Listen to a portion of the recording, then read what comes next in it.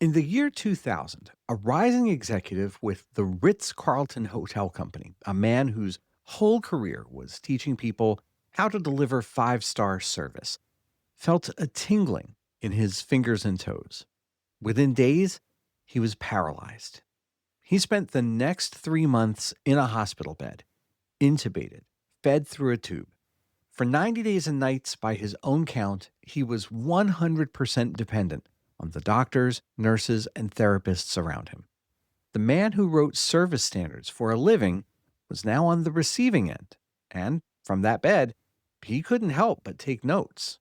What he noticed would eventually change how one of the largest health systems in America does business, because it turns out the thing patients were grading their hospitals on was not the thing the hospitals were measuring. Today, the number on your dashboard that your customers do not care about.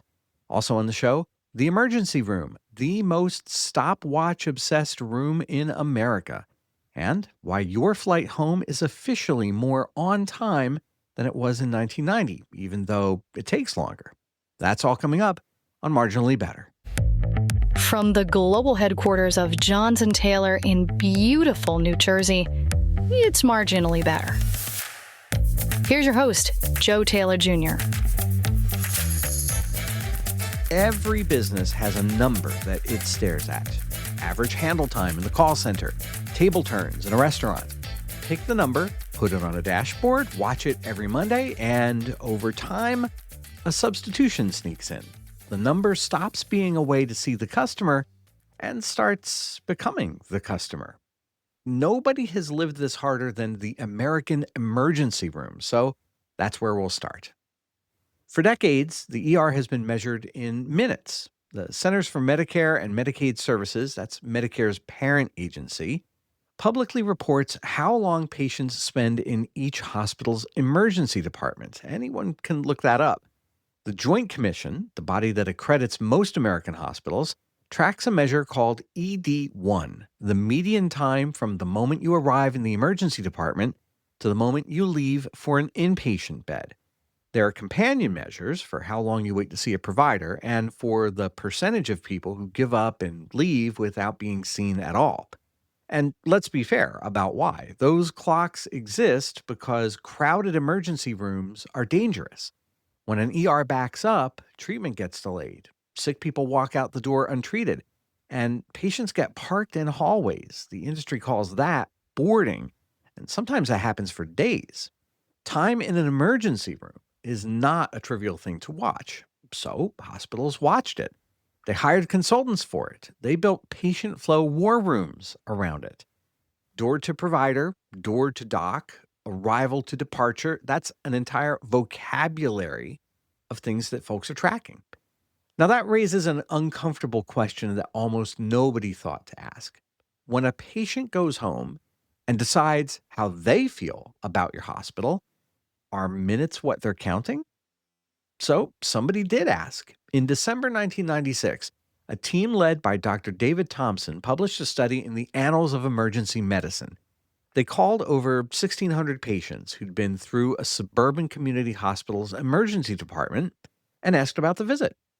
How long did you wait? How long did it feel like you waited? Did anyone explain what was happening? Were people courteous? And overall, how satisfied were you? Then they lined up the answers next to the clock, and the actual waiting time, that's the real measurable minutes that those patients sat there, had no meaningful relationship to how satisfied they were. So what did predict satisfaction? Whether the wait felt shorter than expected, whether somebody explained the delays and procedures, whether the staff came across as caring. The researchers' conclusion, nearly 30 years ago now, managing perceptions, information, and expectations may do more for patient satisfaction than cutting the actual wait. That finding's not a fluke. In 2017, a team at Massachusetts General Hospital published a systematic review in the Journal of Patient Experience, 107 studies of what drives emergency department patient experience. The theme that came up most often in 78 of those 107 studies was communication between staff and patients. Wait times came second at 56. Empathy and compassion showed up in 45. The stopwatch wasn't wrong, exactly. It was just answering a different question than the one patients were asking. Rick Evans, the chief experience officer at New York Presbyterian, put it flatly in a Becker's Hospital Review column just this past May. At its heart, he said, improving the patient experience is all about communication. So, how does a whole industry end up staring at the wrong number for decades? Turns out there's a name for this. In 1975, a British economist named Charles Goodhart was writing about monetary policy. That has nothing to do with hospitals. And he observed that any statistical pattern tends to fall apart the moment you start using it as a target. An anthropologist named Marilyn Strathern later boiled that down to the version people quote today. When a measure becomes a target, it ceases to be a good measure. They call it Goodhart's Law. And once you know it, you'll see it everywhere.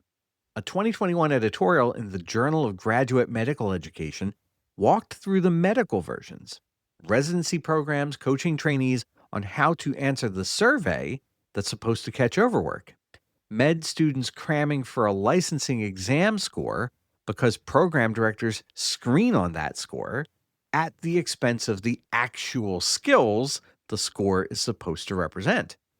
The number gets better, but the thing the number stood for doesn't. Hospitals could hit the time targets and still send home patients who felt ignored and forgotten because nobody was measuring whether anyone explained anything. Which sets up the question at the heart of today's show. If the clock isn't the metric that matters, what happens when a major health system bets on the one that is? When we come back, a luxury hotel executive loses the use of his entire body and then gets handed 21 hospitals and a mandate to fix how they feel. That's next. It's Marginally Better. Quick word about something that our team built. Today's show is about the gap between what your dashboard says and what your customers actually feel. And if you've ever suspected that gap exists on your own website, checkout numbers that look fine while the inbox fills with confused customers, that's exactly the kind of question Experience Help Desk was made for. It's our subscription help desk for user experience. You send us the question, why do people abandon this form? What should this page say? Which of these two designs works better? And a UX specialist from our team sends back a real answer fast. No discovery calls, no six-figure engagement, just expert eyes when you need them, plus a library of guided playbooks that cover the most common customer experience fixes. Come see it at experiencehelpdesk.com. That's experiencehelpdesk.com. It's Marginally Better. I'm Joe Taylor Jr.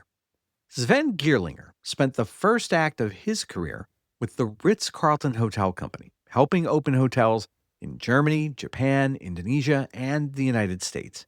His job was the famous Ritz-Carlton service culture itself, training staff, installing standards, teaching teams how to anticipate what a guest needs before the guest even says it. And years later, he would tell Becker's Hospital Review what that time taught him. What guests really want is, quote, much more than crystal chandeliers, marble floors, and fancy ocean views. It's the consistency of service delivered through highly engaged and empowered people that make the difference.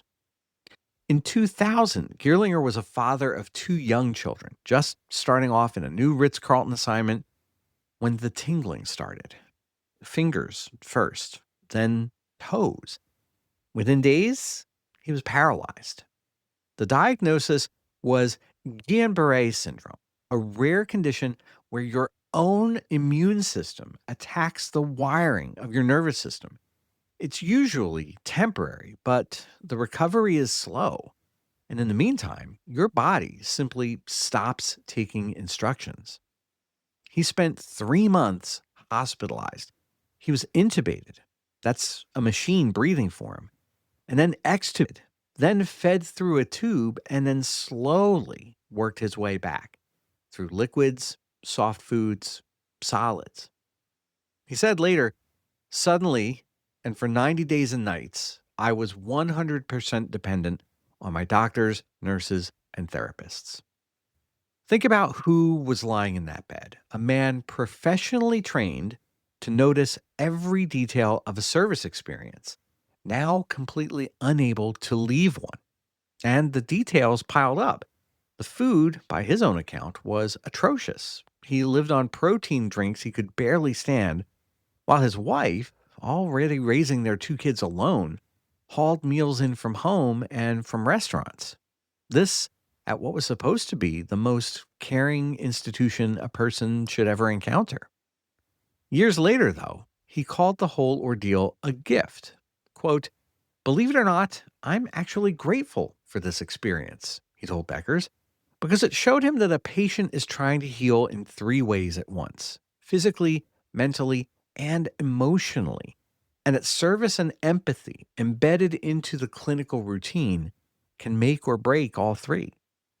The hotel man had seen the product from the wrong side of the counter, and 14 years after that incident, somebody handed him the keys.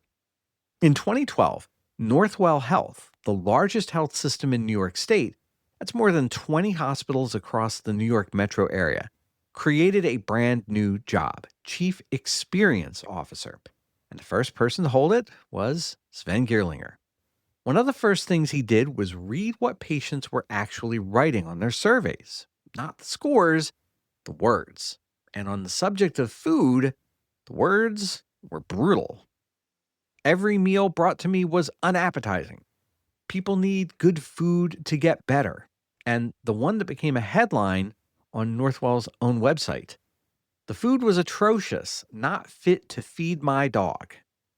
The system was serving more than 10 million meals a year. Its food scores sat at the 9th percentile nationally, meaning roughly 9% of American hospitals scored better. And the CEO, Michael Dowling, was getting complaint letters about meatloaf. So for a survivor who had lived on hospital protein drinks, this was personal. Gierlinger recruited Bruno Tison, a Michelin-starred chef who had never set foot in a hospital kitchen, and rebuilt the food system.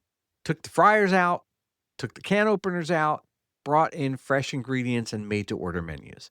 And because fresh ingredients turned out to cost less than processed ones once you stop throwing half of them away, the whole overhaul stayed inside the existing food budget. Food scores went from the 9th percentile to the 84th. But the food was the easy problem. It was visible. It was concrete. You can taste the fix. The harder problem was hiding somewhere else in the survey. Since 2006, every hospital in America has been graded by its own patients through a standard survey nicknamed HCAHPS. 3 of its questions ask about the same thing the ER researchers kept finding. Did your doctor treat you with respect, listen carefully, and explain things in a way that you can understand? And in 2015, on that doctor communication measure, Northwell ranked in the 29th percentile compared with peer hospitals nationally. So on the question of whether doctors talked to patients like human beings, about 7 in 10 American hospitals were doing better. Now, the standard corporate playbook here writes itself. Blast out a memo, tie scores to bonuses, put the number on a dashboard, and squeeze. That's the Goodhart playbook, and we know how it ends. The number moves, but the experience often doesn't. Northwell did something a little slower. Working with its own medical school and with a group called the Academy of Communication in Healthcare, Gierlinger's office built a course, Relationship-Centered Communication, a day of small groups, live demonstrations, and role play, teaching doctors a structure for the medical conversation.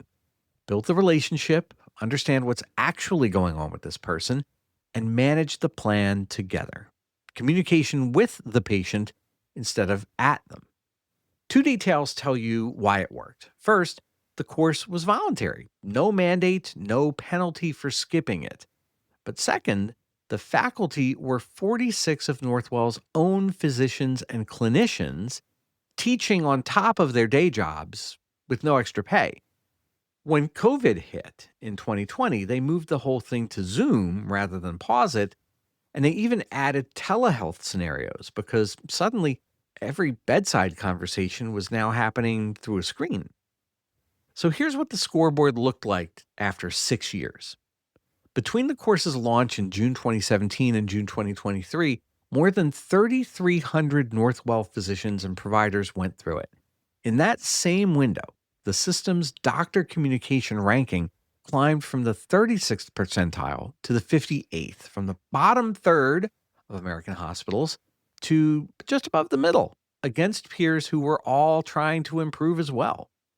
The single biggest gain was on the question, did your doctor listen carefully? That went up 24 percentile points. And the measure closest to a business's bottom line, would you recommend this hospital, rose from the 42nd percentile to the 64th. Before the program, 4 of Northwell's adult hospitals scored at or above the national median on doctor communication. By late 2023, it was 8. Northwell's own team, writing this up in the Journal of Patient Experience, cautions that the course may not be the only factor in those gains. The system overhauled access and care models and its medical records in those same years. That's a before and after story, not a controlled experiment. The people who ran it say so out loud, which is why I trust the rest of their numbers. But there's a bigger reason to take communication seriously as an intervention, not as a nicety. In 2018, the British Medical Journal published results from 7 North American hospitals that restructured how care teams talk with families during morning rounds. They use plain language. Families are invited to speak first, and there's a readback at the end to confirm that everyone understood. Harmful medical errors fell by about 38%. Families understood the plan, and the care itself became safer. One of Northwell's volunteer faculty members put the whole philosophy into a single line, quote, "Patients and families don't experience our caring and compassion until we give voice to it. Our long hours, our sacrifice is not interpreted as compassion. What is are the words we use and the way we use them." End quote. And in this entire story, no one ever promised a shorter visit. The fix was never speed. A man who spent 90 days unable to move, with plenty of time to think about what actually reaches a person lying in that bed, bet that 20 plus hospitals on the and in this whole story, nobody ever promised a shorter visit. The fix was never speed. A man who spent 90 days unable to move, with plenty of time to think about what actually reaches a person lying in that bed, bet 20 plus hospitals on the idea that the metric worth chasing was whether anybody explained anything. And the dashboard followed the conversation, not the other way around. So the question for your business: somewhere in your operation, there's a stopwatch, a number that's easy to track, easy to benchmark, easy to report at the Monday meeting. What's your version of the conversation? The thing that your customers are actually grading you on while you're busy timing yourself. I want to end this week at a cruising altitude of 35,000 feet with the purest specimen of Goodhart's law in American life. Since the late 1980s, the U.S. Department of Transportation has required airlines to report on-time performance, and it defines on time as arriving within 15 minutes of schedule. Those rankings get published, airlines advertise them, careers ride on them. But there is a flaw built into the design. The government measures you against the schedule, and you write the schedule. In 2018, a trio of economists published a study in the Review of Industrial Organization with a title that gives away the ending. Do airlines pad their schedules? They analyzed U.S. flights from 1990 through 2016 and found that scheduled flight times have expanded steadily, with the biggest jumps after 2008. Actual flight times grew too, but the schedules grew faster than the flights. So, on paper, delays went down while the same trips, wheels up to wheels down, take longer than they did in 1990. The Wall Street Journal captured it in a headline back in 2010: Why a 6-hour flight now takes 7. And the 15-minute line itself warps behavior in the air. Earlier research by Forbes and Lederman found airlines systematically speed up the flights that are projected to land right around that 15-minute threshold. 14 minutes late still counts as on time. 16 minutes late doesn't. So the flights that get the extra push are the ones near that line, not necessarily the ones carrying the most potentially stranded passengers. None of this requires anybody to lie. Every departure time, every arrival, every schedule is accurately reported. The airlines simply do what every organization does when a measure becomes a target. They optimize the measure. Your flight lands, the pilot announces you've arrived 20 minutes early, and everybody feels like they're winning because of victory over a schedule that was padded precisely so you could beat it. The metric has never looked better. Your Tuesday has never been longer. That's our show this week. If you take one thing away from this episode, I'd like it to be this: your customers are not grading you on your dashboard. The ER patients were counting explanations, not minutes. Northwell's patients just wanted to know whether anybody was listening. And the number that's easiest to measure has a way of replacing the experience it's supposed to represent. And nobody notices that swap until the customers stop coming back. So this week, ask the good heart question about your own business. What would your customers say you should be measuring instead? And if the answer is, I don't know what my customers are confused about, that's a fixable problem. It's exactly what our team built the Experience Help Desk for. Real customer experience specialists answering your specific questions about where your customers get stuck. You can join us over at experiencehelpdesk.com. Thanks for listening to Marginally Better. If something here was useful, send this episode to one person who runs a business. That's how the show grows, one episode at a time. And a review wherever you listen helps one more business owner find us. For show notes and the research behind today's episode, head over to marginallybettershow.com or follow the link wherever you've been listening. Marginally Better is a Calufrax radio production. Our producer is Nicole Hubbard with research by Connie Evans. I'm Joe Taylor Jr. Calufrax, mean little planet.